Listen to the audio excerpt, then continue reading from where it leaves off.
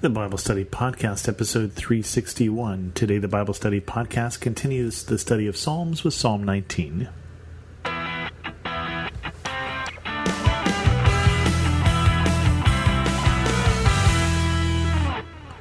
Welcome to the Bible Study Podcast. I'm your host, Chris Christensen. We continue on with Psalm 19 today, which is a favorite psalm, a psalm of David, and one that has been turned to music on more than one occasion, so you may recognize this one. It is a song of praise. Now, unlike last week, which was a song of praise for what God had done specifically in David's life, this is a song of praise about God, especially God the Creator, that isn't as specific in terms of what you have done for me, but more about God. The heavens declare the glory of God. The skies proclaim the work of his hands. Day after day they pour forth speech. Night after night they reveal knowledge. They have no speech. They use no words. No sound is heard from them. Yet their voice goes out into all the earth, their words into the ends of the world. In the heavens God has pitched a tent for the sun. It is like a bridegroom coming out of his chamber, like a champion rejoicing to run his course. It rises at one end of the heavens and makes its circuit to the other. Nothing is deprived of its warmth. Just stopping there for a second. Basically, David is proclaiming the praise of God, the Creator, and all of the wonderful things that he has made. In the sun being a particularly useful thing because it does bring us a lot of warmth, and the earth because it gives us a very comfortable place to stand rather than being floating out there in space. But he is also saying that all of God's creation, the skies proclaim the work of his hands, that all of God's creation bears witness to him. Now, that theme is also picked up in the New Testament. I think of Romans 1, for instance, where Paul raises that theme and says that all creation bears witness to God. And so no one can claim to be ignorant of the existence of God because the creation talks of the Creator.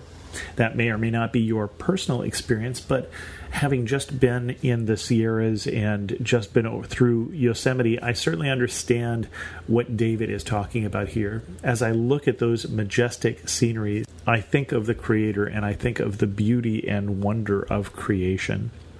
And I think that was probably even more so since we visited 2 radio telescopes, and so we got to look upwards also at the skies and think about galaxies and novas and supernovas and quasars and just what a little tiny thing we are in this whole big picture of things.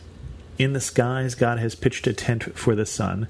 Now, certainly David's cosmology is a little different than my understanding, but we understand what he's saying here, which is that God has set things in order, that God has created the sun and the moon and the stars and all of these things for his glory.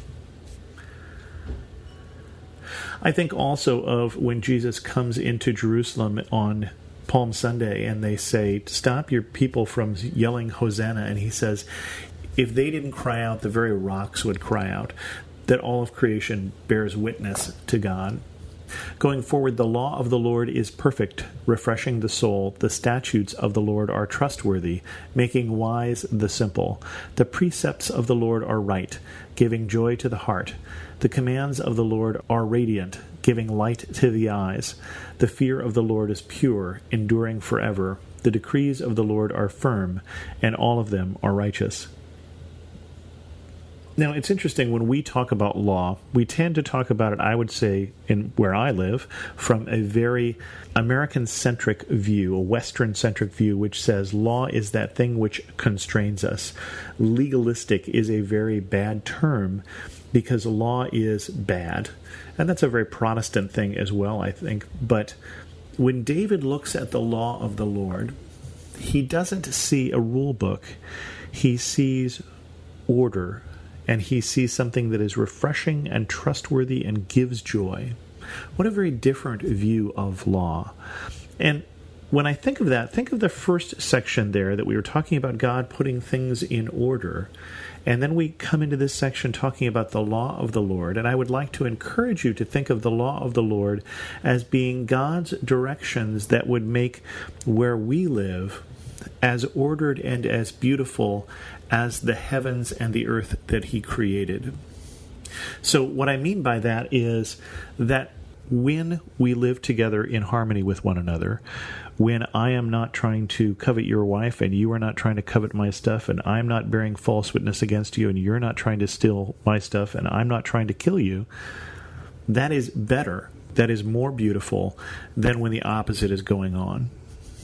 When things are the way they should be, the way that God wants them to be in our relationship between us and Him, and our relationship between you and me, that is a more wonderful, refreshing, wise, joyful place to be.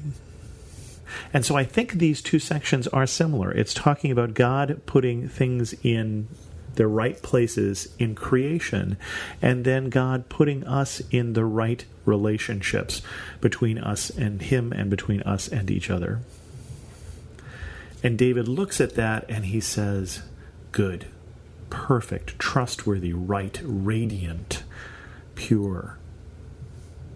Law is not a bad thing. Law is something that is moving us in a direction of a better community, of a better church, of a better world. And then continuing on, they are more precious than gold, than much pure gold. They are sweeter than honey from the honeycomb. By them your servant is warned. In keeping them there is great reward. But who can discern their own errors? Forgive my hidden faults. Keep your servant also from willful sins. May they not rule over me. Then I will be blameless, innocent of great transgression. May these words of my mouth and this meditation of my heart be pleasing in your sight, Lord, my rock and my redeemer. David continues to muse on here on the value of the Lord's law, precious, more precious than gold, more sweeter than honey, but then gets into this thing that says it's hard to keep the law. And I understand that there may be things that I have done that I didn't even mean to screw up. Lord, keep me from my errors, keep me from my sin, keep me from my faults. But also, he says, I understand that there are things that I do willfully. The things that I didn't do accidentally, I purposely thumbed my nose at God, turned my back on Him, and did what I wanted myself. He says, may these not rule over me. May I not choose to be a slave to my own sin, to my own desires, whether that be lust or gluttony or malice or jealousy or whatever those desires may be. May those not rule in my heart. Well, why not? Because it is the place of God to rule in my heart instead. And any time I supplant Him with one of those own desires, I make myself, or I make my desires a God over me. But he says, may I not do that. May I not be guilty of hidden faults nor of willful sins, but instead be blameless and innocent. And then he looks up at God and says, may the words that come out of my mouth and the meditations of my heart and everything that I think about, the things that I value, heart being the things that I care about, may all of that be pleasing in your sight. Not just what I do, but what I do in private, what I do in secret that you don't see. God will see those things, and he says, may all of those things give glory to you. May they be pleasing to you, my rock and my redeemer. Those words that are similar to words that came up in last week's psalm, rock that on which I build, that which is my firm foundation, and redeemer, the one who paid the price to save me out of debt or out of slavery. With that, I pray that you may build your house on the rock this week and bring honor to your Redeemer and mine. If you have any questions, send an email to host@thebiblestudypodcast.com or leave a comment on this episode at thebiblestudypodcast.com. I would be curious if you leave a comment, where do you feel closest to God? Is it in church? Is it at home?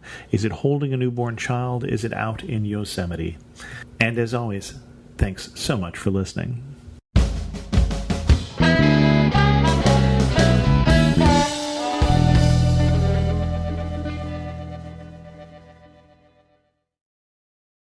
For some of us, personal finances aren't just personal. They include loved ones, neighbors, the communities we call home, and the causes we hold in our hearts. At Thrivent, Planning your finances is bigger than just money. We help you put your plans into motion and faith into action so you can do more for the ones in your heart.